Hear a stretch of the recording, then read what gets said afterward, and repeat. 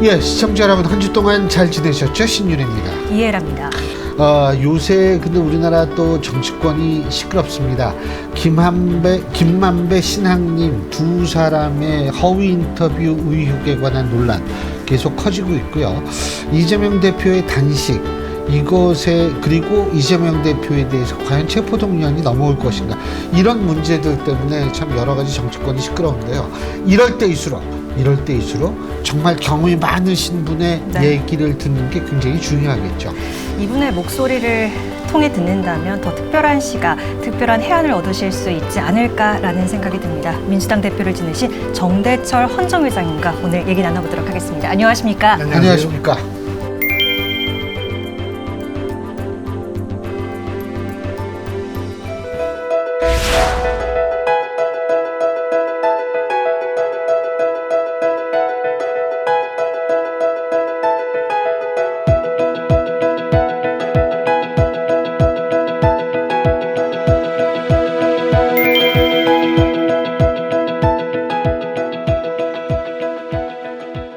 시청자 여러분도 다 아시겠지만 네. 우리나라에서 국회의원을 지내셨던 분들, 이런 분들의 이 자격이 이제 그 국회의원 지내셨던 분들의 모임이죠, 헌정이가. 근데 어떻게 하시면서 좀 어려운 거는 없으셨어요? 아니, 제가 하면서 뭐 특별히 그 헌정회 자체 어려움보다는 정치 후배들이 하는 정치를 보면서 이거 좀 복잡하구나. 특별히 정치가 정치같지 않고 전쟁 같은 느낌이 좀 들었습니다. 조금 피할 수 있을 텐데 극한 대결로 가고, 그리고 다른 말로 표현하면 정치가 실종되고 상실돼서 정치가 없어지는 상황이 아닌 건가, 그런 생각이 들 정도입니다. 특별히 정치라는 것은 갈등과 모순을 극복해서 조정하는 그런 과정일 텐데, 갈등과 모순이 도리어 증폭되는 경우가 많지 않나, 이런 생각에서 우려스럽고 두려운 경우가 많습니다. 지금 정치가 실종된 상황이다 이렇게 말씀을 해주셨는데 그럼 그 갈등을 증폭하는데 이재명 대표의 단식은 어떻다고 보십니까? 이재명 대표의 단식, 야당 입장으로서, 이재명 입장으로서는, 그 대표 입장으로서는 그럴 수 있다라고도 한면 생각됩니다. 대통령께서 8.15 기념사에서 보니까요, 공산 전체주의 세력하고 비슷하다, 맥을 같이 한다라든가, 진보 세력은 뭔가 나쁜 것이 있다, 이렇게 생각해서 야당 입장으로서 그렇게 할 수밖에 없지 않나 하는 생각이 한편 들면서도, 저희들도 많이 해봤습니다만은 헝거 스트라이크, 밥 굶는 것은 조금 지나지 않았나, 시대적으로 말씀입니다. 그래서 그런 것은 좀 철진한 느낌이 들기도 합니다. 그래서 요새 젊은 세대들이나 좀 뜻있는 세대들은 투쟁 방법에 있어서 이러는 것은 조금 좀 극복해야 되지 않겠는가. 그리고 더더군다나 다수당으로서, 다수당의 대표가 극한 투쟁의 일부인 헝거 스트라이크, 단식 투쟁을 한다는 것이 그렇게 국민적 지지를 유도해내는데 적당해 보이지 않다라는 것이 많은 사람들의 생각일 것으로 생각이 됩니다. 사실 지금 이제 아까 공산 전체주의 세력 이 단어도 사용을 하셨습니다만, 정치가 실종이 된 건 분명히 야당의 잘못도 있고 여권의 잘못도 있으니까 이게 합작품으로 결국 실종됐겠죠. 그렇습니다. 이런 차원에서 사실 대표님께서 이제 원로로서 윤 대통령하고 전혀 모르세요? 잘 아실 것 같은데. 검사 시절에 좀 만난 일이 있습니다. 그리고 비교적 정의로운 사람이었는데, 대통령이 돼서 대통령의 역할이 꽤 필요한데, 우리나라는 특별히 대통령 책임제입니다. 그래서 대통령이 전체 결과 책임을 다 지게 되어 있습니다.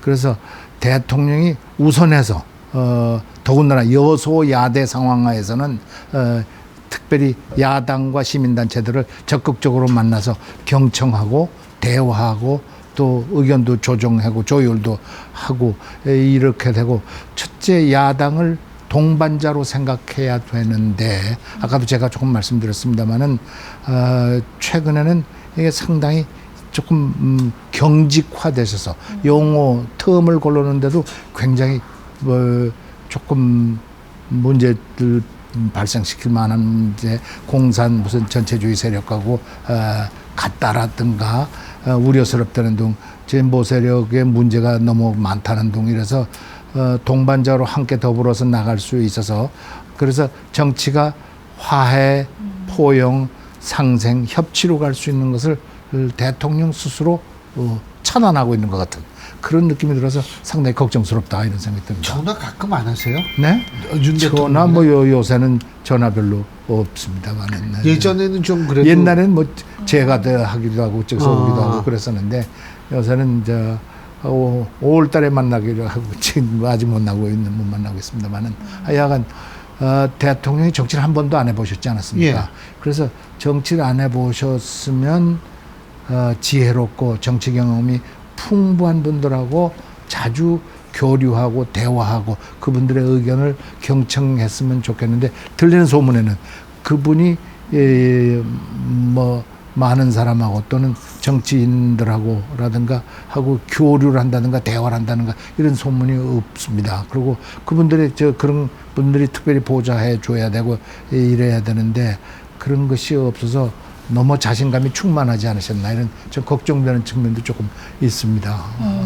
지금 윤석열 대통령도 이재명 대표 안 만나고 있고 사실 지금 단식 같은 경우 제가 떠올려 봤을 때 뭐 지지까지는 아니더라도 그 이제 반대쪽 되는 사람들이 가서 격려를 한다든가 그렇죠. 뭐 이런 모습들이 좀 혹은 연출이 되기는 위로도 했었습니다. 하고 그냥 만나러 가고 이런 거죠. 네. 근데 지금은 사실 안 가고 있는 이게 상태니까 서로 방법이 좋지 않고 경우가 좋지 않더라도 여야 간에 이런 일이 생기면 나는 여당 쪽에서도 찾아가서 아이고 대표님 이거 미안하게 됐습니다라고 뭐 얘기라도 한다든가 예, 그리고 왜 얘기도 하고 그 서로 동정도 하고 이런 것이 옛날 필요한데 우리 옛날 같은 경우에는 단 낮에 막 격돌하다가도 저녁 때 되면 전화하고 제가 뭐 대표할 때도 그랬습니다만 저쪽 대표 보고 만나자 그러면 나 당신 안 만나 그러고 오늘 저녁 어디 가십니까 어디 간다 그런 것만 알아내면 가서 내가 앉아 있어요. 그러면 이거 뭐라고 왔어? 그러나 대화를 시작하면 상당히 많이 좀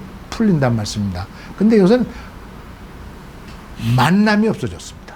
여야가 그리고 여당 내에서도 야당 내에서도 옛날보다 만남이 참 적어져서요. 만나야 무슨 뭐가 대화도 시작하고 거기서 뭐가 이루어지는데 만남이 거의 없어졌다는 건 정치에서 대단히 불행한 사태다 이런 생각을 하고요. 그래서 후배들 보고 그렇습니다. 정치하는 분 보고 첫째 여야가 무슨 핑계를 대고 무슨 그걸 하더라도 자주 만나시오. 만나야 뭐 얘기가 되고 거기서부터 뭔가 풀어갈 수 있잖는데 거의 만남이 없어졌다는 건 대단히 불행한 사태다 이런 생각이 듭니다. 한 가지만 이재명 대표 관해서 더 여쭤볼게요. 추석 밥상 아무래도 최대 화두가 또 이재명 대표 체포동의안 요 얘기일 것 같은데요. 네. 어떻게 보세요? 민주당에서 이번에는 좀 정말 뭐 이재명 대표가 천명한 것처럼 가결할 거다, 해야 된다. 그것도 모르겠어요. 그 지금 신문 보니까 저는 지금 헌정회장이 되기 위해서 민주당을 탈당했습니다. 국회의장하고 헌정회장은 그렇죠. 당적을 못 갖게 됐습니다. 예. 그래서 제가 뭐 형식상은 다 중립입니다. 마음속에 못했던 간에. 그런데 지금 민주당에서 들리는 바에 의하면 또 거기도 뭐 친명 비명이 있어서 친명이라는 쪽에서는 그거 부결시켜야 된다 이러고 있고 안쪽에서는 아니 약속대로 그냥 저 판사한테 마지막 재결권을 내버려 둬야 되지 않겠는가 이런 양론이 있습니다. 그래서 여하간 이재명 개인 문제와 민주당의 문제하고 분리가 돼야 됐었는데 분리가 돼야 원칙인데 이게 지금 맞물려 들어가서 당이 전체 이재명 이코로 민주당으로 이렇게 간다는 것은 불행한 사태입니다. 이거 분명히 분리해서 이재명 개인 문제는 개인 문제고 당은 당대로 할 수 이게 쉽지는 않지만 그러나 큰 문제 근본 문제에서는 이런 것을 해야 당도 살고 이재명도 살고 그렇게 되지 않겠는가 근데 사실 우리나라 기본 정서상 단식해가지고 이렇게 막 너무 힘드신 분한테 또 체포동의안 뭐 이걸 가결해야 되는 이런 얘기 우리나라 정서 그렇게 되면 동정론이 더 일어날 것 같아요. 그렇습니다. 이게 지금 시기적으로는 대단히 옳고 그런 걸 떠나서 적당치 않아 보이는 순간에 이런 것이 지금 왔고 또 저쪽에서는 그럽니다. 그걸 이용해서 하지 않았느냐 그러는데 여하간 이게 참 어려운 순간에 대해서 이것을 크게 대통령이 아니면 여당의 중요 멤버들이 또 야당에서 이렇게 대화를 통해서 어렵습니다만은 그러나 기본적으로는 분리해서 생각하는 것이 옳다. 그렇게 가야 된다고 생각하고 있습니다. 요건 조금 다른 얘기인데 지금 윤 대통령이 얼마 전에 아세안 또 그리고 G20 뭐 이런 데 갔다 오지 않았습니까? 네. 그리고 뭐 한미일 캠프 데이비드 협정이라는 그런 이름 붙인 것도 하고 그리고 워싱턴 선언이라는 것도 있고 뭐 그렇지 않습니까? 회장님께서 보실 때는 윤석열 대통령의 외교 잘하고 있다라고 보세요? 윤 대통령이 제일 잘하는 문제다. 윤 대통령 한일 중에서는 예. 일본하고의 다시 관계 재정상화하고 미국하고의 동맹을 굳건히 하는 것은 윤 대통령의 입장과 나라 입장에 봐서도 잘하는 것이다. 그런데 물론 일본과의 그 교류를 다시 정상화시켰는데 이게 전후에 해야 될 사항들이 있거든요. 아파하는 그거로 통해서 아파하는 뭐 예컨대 위안부 문제라든가 또 역사 의식 문제라든가 이런 것들을 잘 또 사전 사후에 해결을 하고 넘어가야 되는데 이런 게 좀 소홀하고요. 또 미국과의 관계가 한미일 됐건 뭐 한일이 됐건 해서 하게 되면 섭섭해야 하는 우리는 특별히 중국 같은데 우리는 심지어는 안미 경중 그러잖아요. 그럼 경중은 무시하는 거냐? 중국은 떼파 같은 게 그런데 그런 경우는 중국하고 우리는 안보 문제 때문에 특별히 북한 문제 때문에 미국하고 한미일과 하는 거 없습니까? 당신들이 기분 좀 나쁘더라도 충분히 이해해라. 그러나 경제 문제 같은 데는 중국하고도 상당히 계속하게 돼. 이게 사실 완전 분리한다는 것은 어렵습니다만은 그렇죠. 이런 사전 사후의 조처 그리고 별도의 조치가 있어야 이게 스무스하게 그 외교 문제가 돌아가야 될 텐데 기본은 잘하는데 기본을 둘러싼 기본을 충족시키고 하는 부수적인 문제를 해결하는 데서는 조금 서툴다 이런 생각을 지워버릴 수가 없습니다.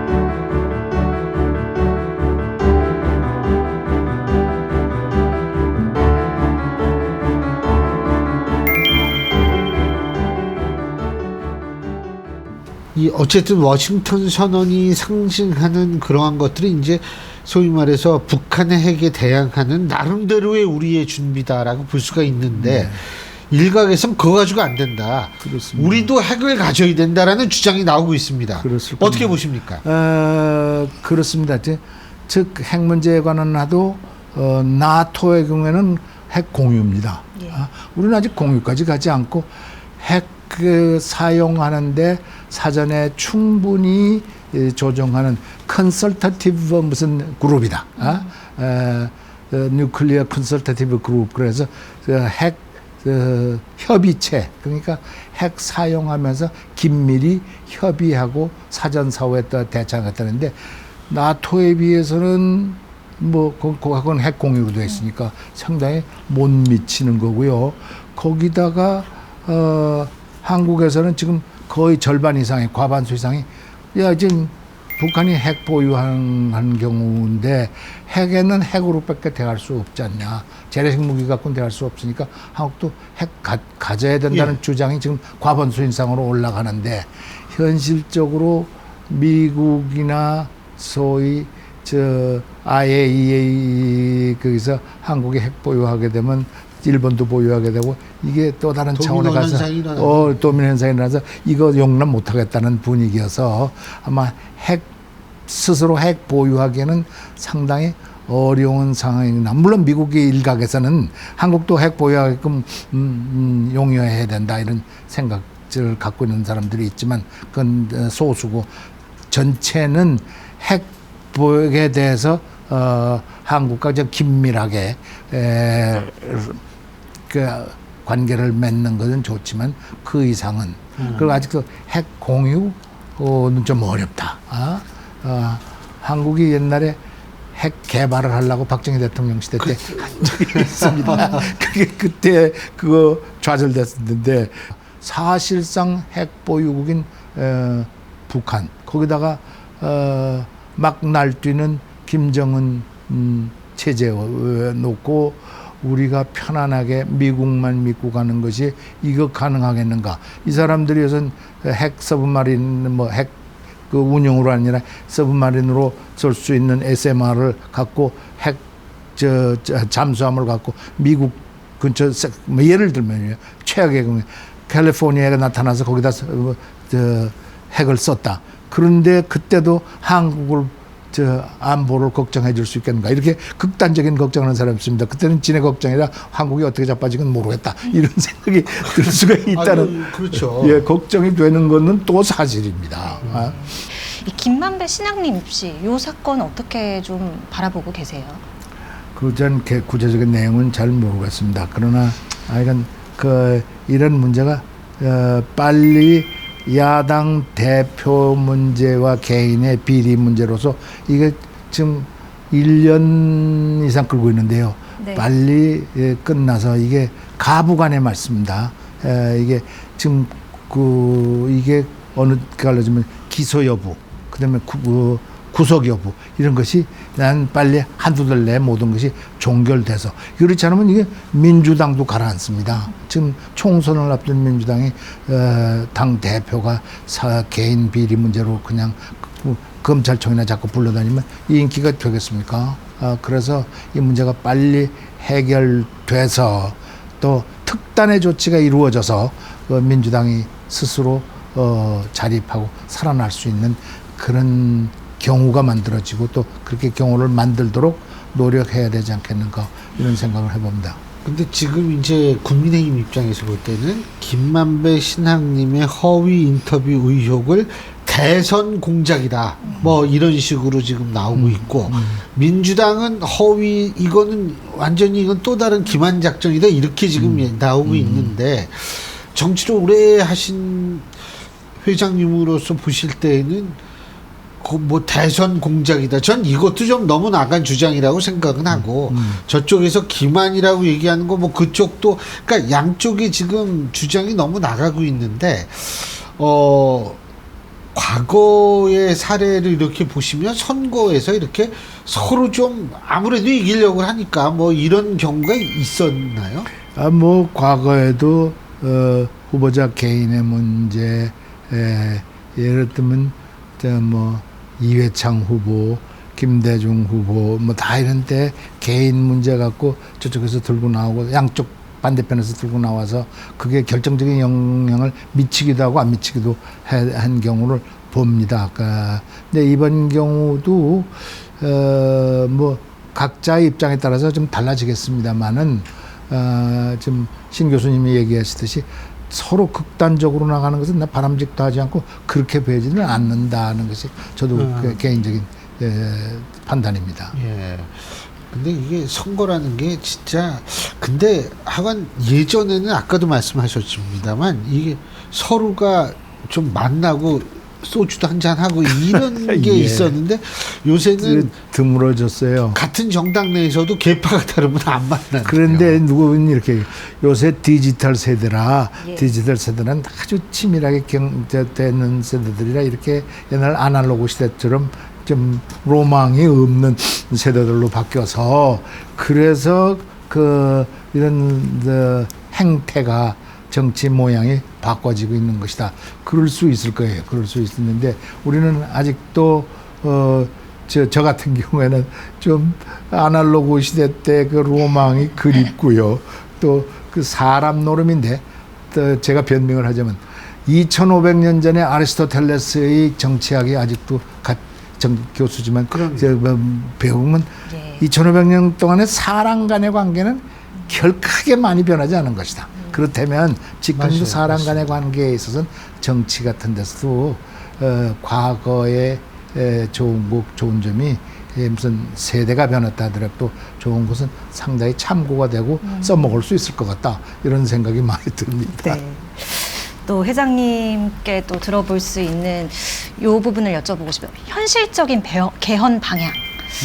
네. 회장님께서 생각하시는 부분을 좀 여쭙고 나는 싶습니다. 개헌이 우리나라 정치 개혁의 가장 큰 이슈고 가장 결정적인 영향을 미치는 것이다. 그래서 개헌이 반드시 필요하고요. 개헌을 가능한 한 빨리 했으면 좋겠고 예. 개헌은 대통령이 해도 좋고 또는 여야 어느 쪽에서 해도 좋고 또는 정 안 되면 국민운동을 벌려서라도 난 개헌을 해야 한국 정치가 87년 이후에 변한 모습을 맞춰갈 수 있다 이렇게 생각을 하는데 저 개인적으로는 내각 책임제 선호하는 사람입니다만은 이게 아직 국민적 공감대를 갖기가 쉽지 않아서 대통령 책임제 대 이원 집정부제 그래서 대통령의 권한을 축소해서 분산시켜서 뭐 국무총리한테 간다든가 국회의원한테 가고 심지어는 이런 예를 듭니다. 대통령은 안보와 국방만 외교, 안보, 외교, 국방만 가고 나머지 내치는 국무총리한테 줘서 거의 내각제하고 타협하는 비슷한 거하고 또 국무총리는 다수로서 그 국회에다 올려서 국회 선임을 받도록 하는 그런 헌법 개정이 이루어져야 되지 않겠는가 저는 그런 생각합니다. 근데 그러니까 헌법 개정은 이원 집정부제의 4년제 중임 부통령 제가 직급으로서는 나는 그 권력 구조에 관한 정답이다. 물론 기본권이라는 것도 여러 가지가 있겠습니다만은. 근데 우리나라 과거 사례를 보면은요, 대통령이요, 힘이 있을 때는 개헌 생각을 전혀 안 하다가, 그렇습니다. 힘이 빠지면 이제 그때 개헌 얘기를 하고요. 그리고 이제 대선 시즌이 되면 약간 좀 밀리는 쪽에서 먼저 개헌 얘기를 꺼내고. 그렇습니다. 항상 그랬지 않습니까? 항상 그랬어요. 그래서 이게 사실은 제대로 개헌을 하려면 집권 초기 연전을 해야 됩니다. 그래야 이제 말씀대로 가능성이 있는데 네. 지금은 헌법 개정을 간절히 요구하는 우리나라 정치 개혁론자들은 이게 대통령 여야 다 틀렸으면 국민운동을 벌리자. 그래서 이게 국가 백년 대계를 위해서 국가 백년 대계 정치를 위해서는 개헌이 반드시 필요하고 개헌을 통해서 막 권력 구조가 나는 제왕적 대통령제 이게 흔히들 얘기를 합니다. 여자를 남자로 남자를 여자로 바꾸는 거 빼놓고는 다 할 수 있는 제도다 이렇게 얘기를 하고 있는데 이런 제도를 바꿔서 민주적인 제도로 바꿔가야 한다는 것이 국민적 요청일 텐데 그것을 이루어지도록 아주 심각히 노력해야 된다는 것이 제 생각이고 뜨는 사람의 생각일 것입니다. 그 회장님께서 이제 쭉 정치를 해오시면서 지금 상황을 이렇게 봤을 때요. 그 아까 이제 대화도 많이 해라 뭐 이런 적도 있지만 사실은 지금 민주당은 의석이 많으니까 뭐 원하는 거 단독으로 처리하고 이런 경우도 많지 않습니까? 이 후배들한테 지금 여든 야든 정말 대한민국 위해서 이것만은 꼭 고쳤으면 좋겠다. 한 말씀만 해주신다면. 그렇죠. 아까 이게 정치가 안 되는 이유를 제가 분석을 하려면요. 첫째는 민주주의 기본 원칙에 대한 이게 잘 안 지켜지는 민주주의 기본 원칙이 뭐냐 하면요. agree to disagree. 서로 다르다는 것을 다양성의 사회를 기본적으로 인정해야 됩니다. 근데 지금은 내 건 옳고 너는 다 틀려. 서로 다 그럽니다. 그래서 상대방을 이해하고 인정하는데 상당히 문제가 생겨서 그래서 무슨 화해 타협 상생의 정치를 가지 않고 두 번째는 진영 논리에 서로 빠져서 한쪽은 진보 한번 보수해서 이게 지역 감정하고 맞아떨어집니다. 만약에 예를 든다면 경상도 보수, 진보 전라도 이게 그냥 그리고 그쪽에 가야 당선이 쉽게 되니까 벗어나서 상대방을 이해하고 인정하려는 게 없어지고 그렇게 된단 말입니다. 예. 그러니까 이거 벗어나야 되고 세 번째는 힘의 논리입니다. 힘의 논리는 마지막으로 써야 될 논리인데 쉽게 써버려. 죄송한 말로 요새는 까불어? 그럼 우리 힘으로 밀어붙일 거야 표결로. 까불어? 그러면 제가 막말을 해서 죄송합니다만 아닙니다. 재미로 얘기하는 그러면 우린 비토 파워야. 거부권이에요. 사정 권력 쓸 거야. 이렇게 힘의 논리는 거의 마지막에 쓰지 않고 통화하면 더 좋을 것을 쉽게 써버리는 이런 것이 생기고요. 그래서 또 대통령도 아까 얘기하듯이 저기가 통합의 대통령, 상대방을 동반자로 인정하는 대통령으로 돼야 될 텐데 그렇게 되지 않고 지금 상대방을 적으로만 모는 이런 정치 상황이 벌어져서 지금 정치가 실종되는데 제가 말씀드리는 것을 고쳐가면 그러니까 다시 조금 더 반복을 한다면 상대방을 이해하고 인정하고 대화하고 타협해야 될 것이고 진영 논리 뛰어넘어서 상대방을 이해하고 인정해야 될 것이고 힘 자제해야 될 것이고 대통령은 적극 나서서 야당과 그 시민단체들을 만나서 경청하고 대화하고 타협에 정춘하고 야당을 또 뭐 시민단체를 동반자로 여기고 그들과 함께 나가려는 그러한 노력이 필요하고 그러한 노력을 해야 이 정치가 회복되지 않겠는가 이런 생각을 지어버릴 수가 없습니다. 중요한 말씀이시죠. 네. 그 진짜 귀담아 들어서 이 다음번 이제 총선 22대 총선 얼마 남지 않았습니다만 좀 그런 생각 가진 사람이 많이 들어왔으면 좋겠어요. 네. 맨날 하는 말씀 바람입니다만. 예, 오늘 말씀 여기까지 듣겠습니다. 고맙습니다. 감사합니다. 여러분 지금 우리 정대철 회장님 말씀하신 것 중에서 이 파트너라는 개념 이게 참 중요한 것 같아요. 네. 그러니까 파트너라는 단어가 있고 적이라는 단어가 있습니다. 그런데 사실 이 민주주의에 있어서의 정치라는 거는 상대를 적으로 봐가지고 될 수 있는 것이 아니거든요. 좀 그런 마음을 가졌으면 좋겠습니다.